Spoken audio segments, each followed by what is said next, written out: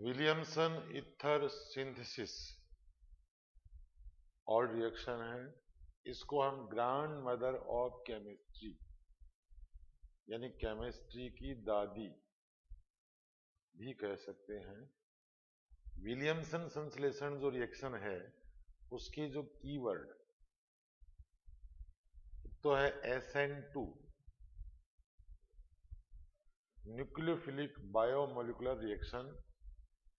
Number दूसरा laboratory method यानी प्रयोगशाला विधि, न्यूक्लियोफाइल्स, स्ट्रॉन्ग बेस, और जो हमें प्रोडक्ट मिलेंगे वो होंगे सिमेट्रिकल और unsymmetrical ether.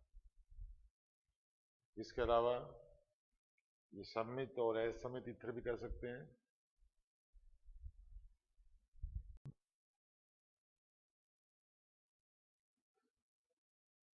Alkyl halide 1 degree always, 2 degree ले सकते हैं, लेकिन इसमें जो रिजल्ट उपलब्धि या उत्पाद या प्रोडक्ट वो अपना ज़्यादा अच्छा नहीं बनेगा। लेकिन 3 डिग्री हेलो एल्केन या RX आपको यूज नहीं करनी है। ऐसा करोगे तो हम एसन रिएक्शन की जगह एलिमिनेशन रिएक्शन यानी विलोपन अभिक्रिया का प्रोडक्ट मिलेगा, उत्पाद मिलेगा, सोडियम एल्कोक्साइड। ये एक्चुअल में एल्कोहल यानी ROH की रिएक्शन होती है बेस से। ये जो बेस है वो यहाँ H पॉजिटिव, एल्कोहल के H पॉजिटिव को हटा देता है। ऐसा करने पर RO नेगेटिव, अगर इसको मैं सोडियम हाइड्राइड, वो यहाँ से प्रोटॉन को कैप्चर कर लेगा। ऐसा करने पर H2 गैस बाहर निकलेगी और एल्कोहल से, इस एल्कोहल से हमें RON मिलेगा। अब ये जो एल्कोहल है वो 1 डिग्री हो सकता है, अच्छा रिजल्ट आएगा। 2 डिग्री एल्कोहल बिल्कुल ले सकते हैं, 3 डिग्री एल्कोहल ले सकते हैं, क्योंकि ये जो RON में RO नेगेटिव पार्ट ये स्ट्रॉन्ग या प्रबल नाभिक स्नेही न्यूक्लियोफाइल के रूप में बिहेव करता है। तत्पश्चात ये रिएक्शन संपन्न होगी और ईथर और NaX बनता है। आइए इसकी क्रियाविधि का अपने अध्ययन करें। SN2 क्रियाविधि में न्यूक्लियोफाइल नाभिक स्नेही कार्बन जो इलेक्ट्रॉन डेफिशिएंट या इलेक्ट्रॉन न्यून कार्बन होता है उस पर अटैक करेगा। अगर ये बेस होगा तो ये बीटा कार्बन के H पर अटैक करेगा। नाभिक स्नेही या न्यूक्लियोफाइल जो है वो इस CX के कार्बन पर जो ही अटैक करेगा तो हमें एक T स्टेट संक्रमण अवस्था मिलेगी।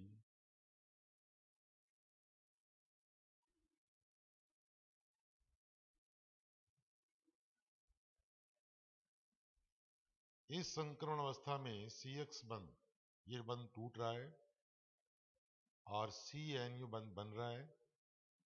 बाकी का ये बंध जो CR बंध है ये इस कागज या पेपर के प्लेन पर है। ये जो R है CR बंध जो एक बीज या पंख सा बना हुआ है ये कागज से बाहर निकला हुआ है, और ये बंध जो डैश डैश है वो कागज के तल के अंदर की ओर है। इस प्रकार एक T स्टेट मिली या संक्रमण अवस्था मिली जिसमें 5 बंध होंगे और यह अनस्टेबल या अस्थायी होती है। इसके पश्चात यह अवस्था स्थायी उत्पाद में बदल जाती है और CNU बंद बन जाता है। इस प्रकार ये CNU बंद बन गया और X माइनस एज ए निकलने वाला या अवशिष्ट समूह कहलाएगा। धन्यवाद।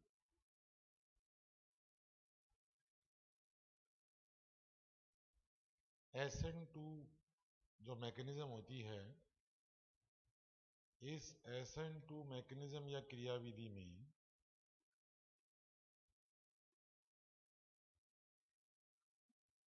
Hello alkene CX C partial positive, X partial negative, यानी C पर आंशिक पॉजिटिव, X पर आंशिक नेगेटिव। इसका मतलब ये होगा कि CX बॉन्ड के 2 इलेक्ट्रॉन है वो उनका डिस्प्लेसमेंट थोड़ा सा X की तरफ होता है, क्योंकि X की इलेक्ट्रोनेगेटिविटी या विद्युत ऋणता जो होती है वो कार्बन से कुछ ज्यादा होती है। तो इसलिए कार्बन पॉजिटिव पार्शियल और हैलोजन पार्शियल नेगेटिव। इसके अलावा यहाँ पर हाइड्रोजन हाइड्रोजन और R ग्रुप भी ले सकता हूँ और H भी ले सकता हूँ, प्लस न्यूक्लियोफाइल। अब ये जो न्यूक्लियोफाइल है वो अपना हो सकता है CH3ONe। इसका अर्थ ये हुआ कि ये जो न्यूक्लियोफाइल है वो हमने किससे बनाया है? CH3OH से।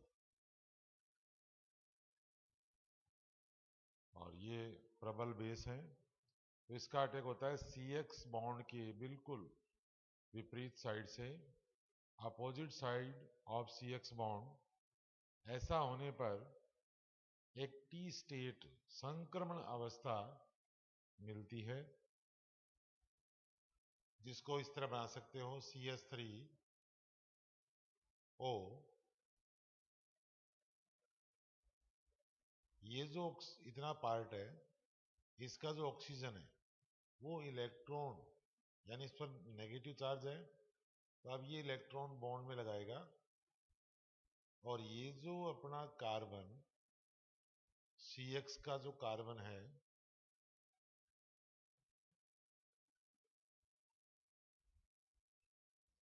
इस पर जो X वो लिविंग ग्रुप के रूप में, यानी ये बंद बॉन्ड ब्रेकिंग शुरू हो जाएगी, बंद टूटना शुरू हो जाएगा। इसमें जो 2 इलेक्ट्रॉन है CX बंद में, ये X अपनी ओर अट्रैक्ट कर रहा है। यहाँ ऑक्सीजन 2 इलेक्ट्रॉन को CO, यानी ये जो बॉन्ड है वो बनेगा, तो ये न्यू बॉन्ड फॉर्म वाली कंडीशन है। यहाँ बंद बनता है या बंद इस समय बन रहा है। ये बॉन्ड फॉर्मिंग वाली कंडीशन है, ये बॉन्ड ब्रेकिंग वाली कंडीशन है। ऐसी स्थिति आने पर सेंट्रल कार्बन, जिसको मैं हाईलाइट कर रहा हूं, इस सेंट्रल कार्बन पर 5 बॉन्ड यानी 5 बंद हो गए, पहला, दूसरा, तीसरा, चौथा और 5वां बंद। ऐसा होने पर ये पूरा का पूरा जो भी अपना मॉलिक्यूल या अणु है वह अस्थायी हो जाता है। इसको हम T यानी संक्रमण अवस्था कहेंगे।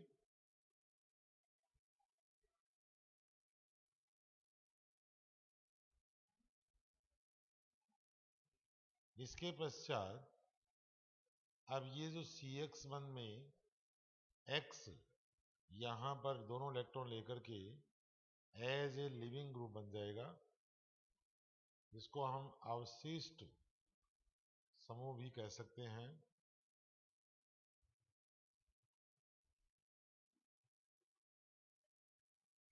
और रिमेनिंग जो पार्ट होगा वो अपना ईथर होगा। अब ये ऑक्सीजन सिंगल बॉन्ड C और 3H, तो CH3O सिंगल बॉन्ड CH3। इस तरह से सममित या सिमेट्रिकल ईथर, जिसको हम सम्मित ईथर भी कह सकते हैं, बन जाता है। डेस वेज फॉर्मूले के हिसाब से अगर हम क्रियाविधि का अध्ययन करें तो यहां देखें ध्यान से कि ये जो कार्बन, इस पर 2 सिंगल बॉन्ड, ये तीसरा सिंगल बॉन्ड है, ये चौथा है। ये जो 2 लाइन से बॉन्ड दिखाए गए हैं वो तो कागज के तल में हैं। इसके अलावा जो सॉलिड लाइन से बॉन्ड दिखाया गया है वो दृष्टा की ओर है, या इस कागज के जो तल या प्लेन है उससे बाहर निकला हुआ है और व्यूअर या दृष्टा की ओर है।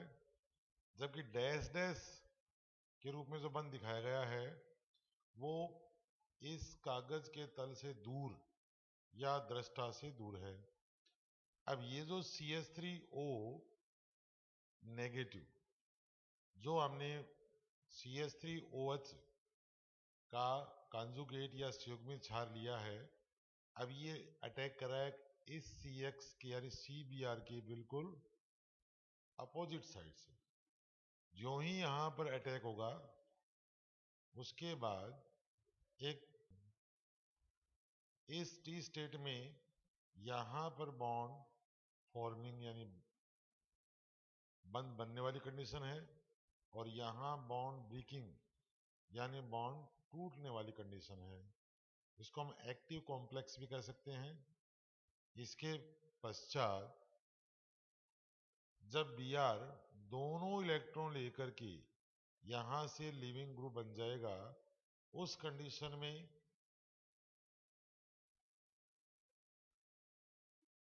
अब ये जो बंद है, जो न्यू बंद या नया बंद जो बना है वो था CO, ये बंद तो बन चुका है और ओल्ड बॉन्ड जो CBr था वो टूट चुका है, जहां Br माइनस एज ए अवशिष्ट या लिविंग ग्रुप के रूप में हमें मिलता है। और इस प्रकार ये हमें डाई मिथाइल ईथर, जो एक सिमेट्रिकल ईथर का एग्जाम्पल है, वो मिल जाता है। SN2 मैकेनिज्म का profile diagram, energy profile diagram जो है, यहां पर दोनों रिएक्टेंट अपने पास हैं, जिसमें ये एज ए सबस्ट्रेट, ये है न्यूक्लियोफाइल, अटैक हुआ, T स्टेट फॉर्म हुई, हाई एनर्जी का अपने को एक्टिव कॉम्प्लेक्स मिला और उसके बाद ईथर प्लस लिविंग ग्रुप ये मिल गए। और इस प्रकार इस ऊर्जा डायग्राम या ऊर्जा आरेख में कहीं पर भी मध्यवर्ती, नो इंटरमीडिएट, यानी कोई भी मध्यवर्ती नहीं बनता।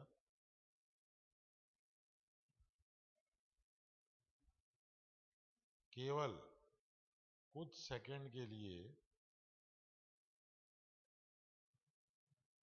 समय के लिए T स्टेट यानी संक्रमण अवस्था प्राप्त होती है।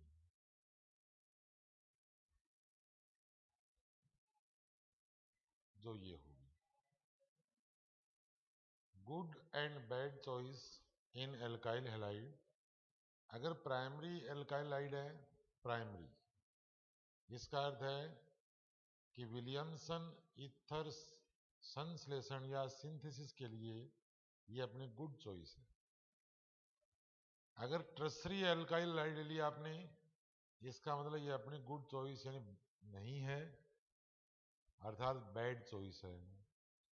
और सेकेंडरी मॉडरेटर के रूप में या मध्यस्थ या इसकी जो क्रियाशीलता होगी वो मॉडरेटर रहेगी। हेलोएरिन, अगर आपने हेलोएरिन ली तो ये भी क्या होगी, बैड चॉइस होगी। क्यों?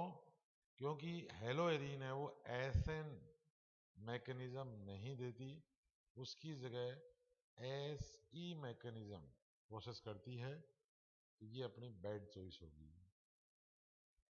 हाइड्रोएल्केन good and bad choice in alcohol. तो हमें पता है कि एल्कोहल अगर 1 डिग्री है तो गुड चॉइस, 2 डिग्री है गुड चॉइस, 3 डिग्री है तो भी गुड चॉइस। ये 1 डिग्री है वैसे, और ये last 3 degree alcohol, it means good choice. तो एल्कोहल चाहे 1 डिग्री, चाहे 2 डिग्री हो, चाहे 3 डिग्री, चाहे 4 degree, sorry 3 degree,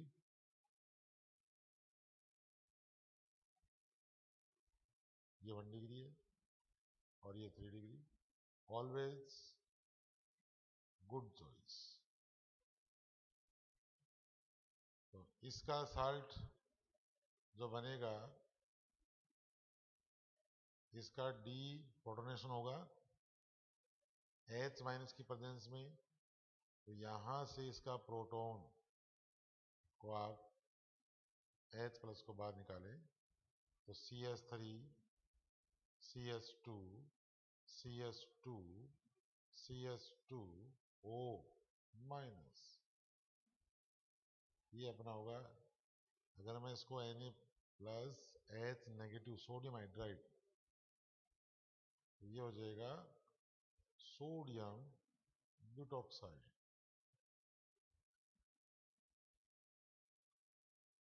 A strong base as well as strong nucleophile.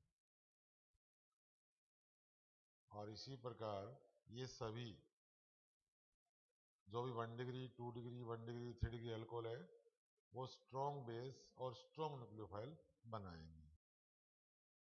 Pair 2SN2 reaction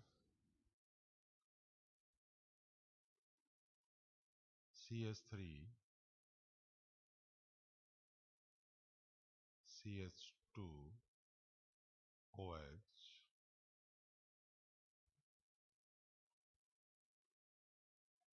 add a base CH3 CH2 O negative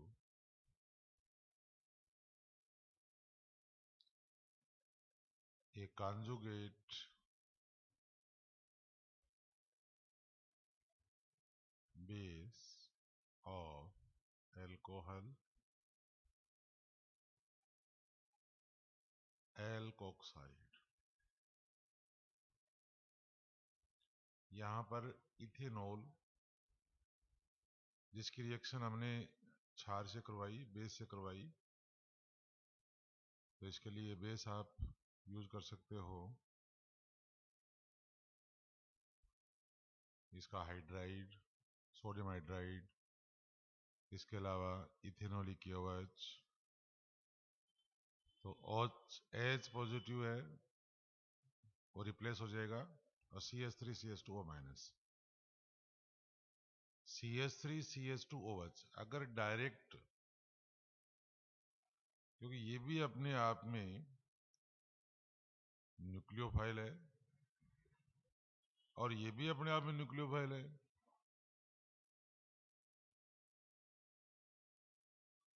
अब दोनों condition में CH3 CH2Br या हेलोएल्केन CH3 CH2Br यूज करता हूं, तो उस कंडीशन में ये रिएक्शन जो पहली वाली है वो स्लो और सेकंड वाली रिएक्शन फास्ट प्रोसेस में आएगी। CH3 CH2O CH2CS3.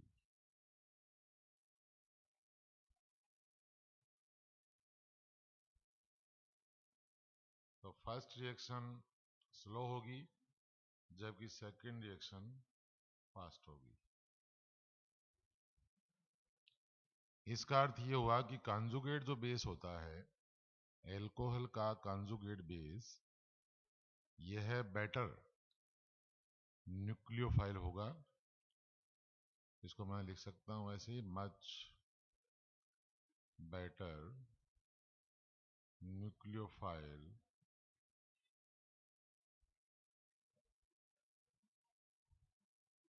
result faster reaction।